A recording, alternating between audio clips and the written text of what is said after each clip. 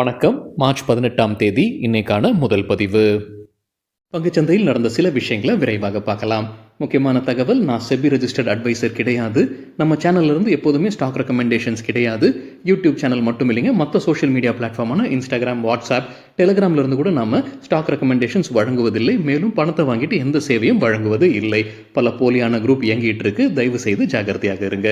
இந்த வீடியோவில் காட்டக்கூடிய அனைத்து கம்பெனிகளும் வெறும் இன்ஃபர்மேஷனல் பர்பஸ்க்காக மட்டுமே முதலீடு செய்யுங்கன்னு சொல்கிற வீடியோ கிடையாது. எந்த ஒரு முதலீட்லையும் ரிஸ்க் இருக்கும். ரிஸ்க் புரியாமல் இன்வெஸ்ட் செய்யாதீங்க. ரிஸ்க் புரியலன்னா தயவு செய்து இன்வெஸ்ட்மெண்ட்டை தவிர்த்துருங்க. நம்ம ருபி டிரைவர் சேனலை ஆதரிக்கிற அனைத்து நல்ல உள்ளங்களுக்கும் நன்றி. சில இண்டிவிஜுவல் ஸ்டாக்ஸ் மற்றும் செய்திகள் விரைவாக பார்க்கலாம். மக்களவை தேர்தலுக்கான தேதிகளை தேர்தல் ஆணையம் வெளியிட்டிருக்கிறாங்க. 7 கட்டமாக தேர்தலை நடத்த இருக்கிறாங்க. ஜூன் 1ஆம் தேதி முடிவுக்கு வருது. ஜூன் 4ஆம் தேதி முடிவுகளை அறிவிக்க போகிறாங்க. தமிழகத்தில் ஏப்ரல் 19ஆம் தேதி தேர்தல் நடைபெறும்ன்ற அப்டேட் கொடுத்துருக்குறாங்க. இந்த மக்களவை தேர்தலுடன் 4 அசம்பிளி எலெக்ஷன்ஸும் நடத்த இருக்கிறாங்க. 4 மாநில தேர்தலும் நடத்துகிறாங்க. சிக்கிம், ஒடிசா, அருணாச்சல் பிரதேஷ் மற்றும் ஆந்திர பிரதேஷ். எலக்டோரல் பாண்ட்ஸ் குறித்தான அப்டேட், தேர்தல் ஆணையம் எலக்டோரல் பாண்ட்ஸ் குறித்தான கூடுதல் தகவல் அவங்களுடைய வெப்சைட்டில் அப்லோட் பண்ணியிருக்கிறாங்க. இந்த தடவை டேட்டா சுப்ரீம் கோர்ட் நேரடியாக கொடுத்துருக்காங்க. சுப்ரீம் கோர்ட் ஏற்கனவே அரசியல் கட்சிகள் கிட்ட இருந்து சீல்டு என்வலப்பில் டேட்டாவை வாங்கி இருந்திருக்கிறாங்க. அந்த தகவலை இப்போ எலெக்ஷன் கமிஷன் கொடுத்து அவங்களுடைய வெப்சைட்டில் அப்லோட் பண்ணியிருக்கிறாங்க. ஏப்ரல் 2019ஆம் ஆண்டில் சுப்ரீம் கோர்ட் ஆர்டர் பாஸ் பண்ணியிருந்திருக்கிறாங்க. அரசியல் கட்சிகள் ஒரு சீல்டு கவரில் தகவலை கொடுக்க வேண்டும், எலக்டோரல் பாண்ட்ஸ் கொடுத்தான தகவல் கொடுக்க வேண்டும்னு அப்போவே ஆர்டர் பாஸ் பண்ணியிருந்தாங்க. அதோடைய பாகமாகத்தான் அரசியல் கட்சிகள் சுப்ரீம் கோர்ட்டுக்கு கொடுத்துருக்காங்க டேட்டாவை. இப்போ அந்த டேட்டாவை எலெக்ஷன் கமிஷனில் கொடுத்துருக்காங்க. அதில் செக் பண்ணி பார்க்கும்போது நம்ம முன்னே பார்த்துருந்தோம், எலக்டோரல் பாண்ட்ஸ் அதிகமாக வாங்கின ஒரு நிறுவனம் தான் ஃபியூச்சர் கேமிங். லாட்ரி மார்டின் அவருடைய கம்பெனி. என்ஃபோர்ஸ்மெண்ட் டைரக்டரேட் சோதனை நடத்தியிருக்கிறாங்க. சர்ச்சையில் உட்பட்ட நிறுவனம்னு சொல்லியிருந்தோம். அவங்க டிஎம்கேக்கு 2020லேருந்து 2023ஆம் ஆண்டு வரைக்கும் ஒட்டுமொத்தமாக 509 கோடி ரூபாய் கொடுத்துருக்காங்கன்னு டிஎம்கேவே அவங்களுடைய டேட்டாவை சுப்ரீம் கோர்ட்டுக்கு கொடுத்துருக்காங்க. அதே போல் மெகா இன்ஃப்ராஸ்ட்ரக்சர்ன்ற கம்பெனி 2வது இடத்துல இருந்திருந்தாங்க அதிகமாக எலக்ட்ரல் பாண்ட்ஸ் வாங்கின நிறுவனம். அவங்களுக்கும் ஒலக்ட்ரா கிரீன் டெக் நிறுவனம் லிஸ்டட் கம்பெனி, அவங்களுக்கும் தொடர்பு இருப்பதற்கான வாய்ப்பு இருக்குன்ற செய்தி பார்த்துருந்தோம். அவங்க திமுகவுக்கு 105 கோடி ரூபாய் அதே காலகட்டத்தில் நன்கொடையாக வழங்கியிருக்காங்க. ஏடிஎம்கே கொடுத்துருக்கிற டேட்டாவில் பார்க்கும்போது சிஎஸ்கே சென்னை சூப்பர் கிங்ஸ் அதிகமாக அவங்களுக்கு நன்கொடை கொடுத்துருக்காங்க. அதே போல் லக்ஷ்மி மெஷின் ஒர்க்ஸ் 1 கோடி ரூபாய் நன்கொடை கொடுத்துருக்காங்க. இது 2019ஆம் ஆண்டில். பிஜேபி தாக்கல் செய்திருக்கிற டேட்டாவை பார்க்கும்போது அவங்க எந்த எலக்டோரல் பாண்ட்ஸில் எவ்வளவுன்ற டீட்டெயில்ஸ் கொடுத்துருக்காங்களே தவிர எந்த நிறுவனம் அப்படின்றது அவங்களுடைய டேட்டாவில் இல்லை. அவங்க தாக்கல் செய்த அந்த டாக்குமெண்ட்டில் கிடையாது. இப்போ எலெக்ஷன் கமிஷனுடைய வெப்சைட் லிங்க் இதுதாங்க இப்போ நம்ம ஸ்க்ரீனில் பார்த்துட்டு இருந்தோம். இந்த லிங்க் நம்ம டிஸ்கிரிப்ஷன்லையும் இருக்குது. நேரடியாக செக் பண்ணி பார்க்கணுன்னு விருப்பப்படுறவங்க அந்த லிங்கை செக் பண்ணி பார்க்கலாம். எலக்டோரல் பாண்ட்ஸ் குறித்து மணி கண்ட்ரோல் கிடைத்திருக்கக்கூடிய ஒரு தகவல், ராம்கோ சிமெண்ட்ஸ் 54 கோடி ரூபாய்க்கு எலக்டோரல் பாண்ட்ஸை வாங்கி இருக்கிறாங்க. அவங்க நிதியாண்டு 2023 அவங்களுடைய ப்ராஃபிட் ஆஃப்டர் டாக்ஸ் 142 கோடி ரூபாய், கிட்டத்தட்ட 15% அவங்க நன்கொடையாக கொடுத்திருப்பதாக மணி கண்ட்ரோல் கிடைத்த தகவல். அதே போல் என்சிசியோடைய நிதியாண்டு 2023 ப்ராஃபிட் ஆஃப்டர் டாக்ஸ் 610 கோடி ரூபாய், அவங்க எலக்டோரல் பாண்ட்ஸ் வழியாக கொடுத்திருக்கிற நன்கொடை 60 கோடி ரூபாய், கிட்டத்தட்ட 10%. வேதாந்தா 376 கோடி ரூபாய் நன்கொடை கொடுத்திருக்காங்க எலக்டோரல் பாண்ட்ஸ் வழியாக. நிதியாண்டு 2023 அவங்களுடைய நெட் ப்ராஃபிட் 14,503 கோடி ரூபாய், கிட்டத்தட்ட 3% நன்கொடையாக கொடுத்திருக்காங்க.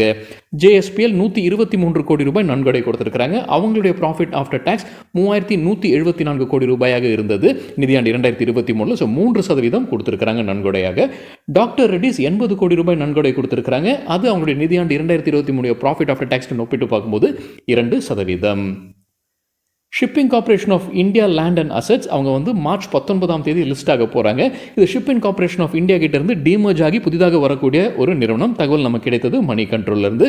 இது T2T கேட்டகரியில் வருது. T2T அப்படின்றது இன்ட்ராடே ட்ரேடிங் பண்ண முடியாது, டெலிவரி ட்ரேடிங் மட்டும் தான் பண்ண முடியும். ஸோ வரும்போது T2T கேட்டகரியில் வருவதாக சொல்லியிருக்கிறாங்க மணி கண்ட்ரோல் செய்தியில். T+0 செட்டில்மெண்ட் குறித்து வீக்கெண்டில் நம்ம ஒரு செய்தி பார்த்துருந்தோங்க. செபி ஒரு டெஸ்டிங் முறையில் பீட்டா முறையில் கொண்டு வராங்க அப்படின்னு. இப்போ அதோடைய பாகமான கிடைத்த அப்டேட் மணி கண்ட்ரோல்லேருந்து செபி இது மார்ச் 28ஆம் தேதியிலேருந்து அறிமுகம் செய்கிறாங்க இந்த டெஸ்டிங் T+0 செட்டில்மெண்ட்டை. துவக்க நிலையில் கிட்டத்தட்ட 25 ஸ்டாக்ஸ் T+0 செட்டில்மெண்ட் நடைபெறும். அனைத்து புரோக்கர்ஸும் இதில் இருக்க மாட்டாங்க இந்த டெஸ்டிங்கிறது நம்ம முன்னே பார்த்தோம். சில புரோக்கர்ஸை மட்டும் தான் அவங்க தேர்ந்தெடுத்திருக்காங்க இந்த டெஸ்டிங்க்கு. அப்புறம் 3 பின்னர் 6 மாதம் கழித்து அவங்க என்ன நிலைப்பாட்டு அப்படின்றது குறித்து முடிவெடுப்பாங்க. இது எப்படி போகுது அப்படின்ற பொறுத்து அவங்க முடிவெடுப்பதாக அப்டேட் கொடுத்துருக்காங்க. 2002ஆம் ஆண்டிற்கு முன்னாடி T+5 செட்டில்மெண்ட்டாக இருந்தது. ட்ரேடிங் முடிஞ்சு 5 நாட்கள் ஆகும். அப்புறம் 2002 வந்து T+3ஆக மாறுச்சு. 2003 T+2ஆக மாறுச்சு. 2021 T+1ஆக மாறுச்சு. இப்போ T+0ஆக மாறுவதற்கான முயற்சியில் இருக்கிறாங்க செபி. பிரதான் மந்திரியுடைய சூர்யா கர் முஃப்தி பிஜ்லி யோஜனா, அதாவது சோலார் ரூஃப்டாப் திட்டத்தை அறிவிச்சிருந்தாங்க. அதோடைய பாகமாக கிடைத்த அப்டேட் எக்கனாமிக் டைம்ஸ்லேருந்து 1 கோடி வீடுகளுக்கு வந்து இந்த சோலார் ரூஃப்டாப் அமைப்பதற்கு மானியம் வழங்கப்படும் அரசு சொல்லியிருந்தாங்க. கிட்டத்தட்ட 75,000 கோடி ரூபாய் அவங்க ஒதுக்கியிருந்தாங்க நிதி இதற்காக. இப்போ கிடைச்சிருக்கிற அப்டேட் என்ன, ஏற்கனவே 1 கோடி ஆட்கள் வந்து இதற்காக ரெஜிஸ்டர் பண்ணியிருக்காங்க. 1 கோடி வீடுகள் வந்து இந்த திட்டத்திற்கு பயன்பெறுவதற்கு ரெஜிஸ்டர் பண்ணியிருப்பதாக அப்டேட் கொடுத்துருக்காங்க. அதிகமாக டாப்பில் இருக்கக்கூடிய மாநிலங்கள் எவை? ஆசாம், பீகார், குஜராத், மகாராஷ்டிரா, ஒடிசா, தமிழ்நாடு மற்றும் உத்தரப்பிரதேஷ். 5 லட்சம் ரெஜிஸ்ட்ரேஷன் இந்த மாநிலங்களிலிருந்து வந்திருக்குன்னு சொல்லியிருக்கிறாங்க எக்கனாமிக் டைம்ஸ் செய்தியில். ரியாலிட்டி ஸ்டாக்ஸ் குறித்து நுவாமா என்ன சொல்லியிருக்கிறாங்க? அட்ராக்டிவாக இருப்பதாக சொல்லியிருக்கிறாங்க. அவங்களுக்கு பிடித்த 3 ஸ்டாக்ஸோட பெயர்கள் சொல்லியிருக்கிறாங்க. இந்த செக்டர் கீழே DLF, பிரஸ்டீஜ் மற்றும் பிரிகேட். தகவல் நமக்கு கிடைத்தது மணி கண்ட்ரோல்லேருந்து. இந்தியன் ஹோட்டல்ஸ் கம்பெனி தரப்புல ஒரு அப்டேட் இருக்குது. நாடு முழுவதும் 50 ட்ரைனிங் சென்டர்ஸை அமைப்பதற்கு ஒரு இலக்கு வைத்திருக்கிறாங்க. TCS-உடன் ஒரு பார்ட்னர்ஷிப்பில் தான் இது செய்ய போகிறதாக சொல்லியிருக்கிறாங்க. 2030ஆம் ஆண்டிற்குள்ளார 1 லட்சம் ஆட்களுக்கு திறன் மேம்படுத்தப்படும்னு சொல்லியிருக்கிறாங்க இந்தியன் ஹோட்டல்ஸ் கம்பெனி. ரெயில்டெல் தரப்புல ஒரு அப்டேட் இருக்குது. கம்பெனிக்கு 2 புது ஆர்டர்ஸ் கிடச்சிருக்குன்னு சொல்லியிருக்கிறாங்க. ஒன்று பீகார் எஜுகேஷன் ப்ராஜெக்ட் கவுன்சில் 130 கோடி ரூபாய் மதிப்பிற்கான ஆர்டர். மற்றொன்று municipal corporation of greater Mumbai 352 கோடி ரூபாய் மதிப்பிற்கான ஆர்டர். இது ஜோதி லிமிடெட் தரப்பு அப்டேட் இருக்குது. அவங்களுக்கு ஒரு புது ஆர்டர் கிடச்சிருக்கு. அதோடைய மதிப்பு 756 லட்சம் ரூபாய். யார்கிட்ட இருந்து? வதோதராலேருந்து Gujarat energy transmission corporation limited கிட்ட இருந்து கிடச்சிருக்குன்னு சொல்லியிருக்காங்க ஜோதி லிமிடெட். துரோணாச்சாரியா கம்பெனி தரப்பு ஒரு அப்டேட் இருக்குது. கம்பெனிக்கு புது 3 ஆர்டர்ஸ் கிடச்சிருக்குன்னு சொல்லியிருக்காங்க. முதலாவது இந்தியன் ஆர்மி கிட்ட இருந்து ஜம்மு அண்ட் காஷ்மீரில் இருக்கக்கூடிய ட்ரோன் லேபுக்கு IT ஹார்ட்வேர் சப்ளை செய்யக்கூடிய ஆர்டர்.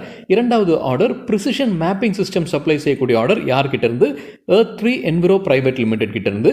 3வது நார்தர்ன் கமாண்ட் கிட்ட இருந்து ட்ரோன் கண்ட்ரோலர் சப்ளை செய்யக்கூடிய ஆர்டர் கிடச்சிருக்குன்னு சொல்லியிருக்கிறாங்க துரோணாச்சாரியா. கோஃபோஜ் தரப்பு அப்டேட் இருக்குது. குவாலிஃபைட் இன்ஸ்டிடியூஷனல் பிளேஸ்மெண்ட் வழியாக 3200 கோடி ரூபாய் வரைக்கும் ஃபண்ட் ரைசிங் பண்ண போகிறதாக அப்டேட் கொடுத்துருக்காங்க. PCBL ஒரு ஜாயிண்ட் வெஞ்சர் அமைப்பதாக அப்டேட் கொடுத்துருக்காங்க. யாருடன்? ஆஸ்திரேலியன் நிறுவனமான கெனல்டெக் உடன் தான் இந்த பார்ட்னர்ஷிப்பில் வராங்க. ஜாயிண்ட் வெஞ்சர் 51% PCBL கைவசம் இருக்கும். எதற்காக இந்த ஜாயிண்ட் வெஞ்சர்னா எலக்ட்ரிக் வெஹிக்கிள்ஸில் இருக்கக்கூடிய பேட்டரி சம்பந்தமான ப்ராஜெக்டில் இருக்க போகிறதாக சொல்லியிருக்கிறாங்க PCBL லிமிடெட்.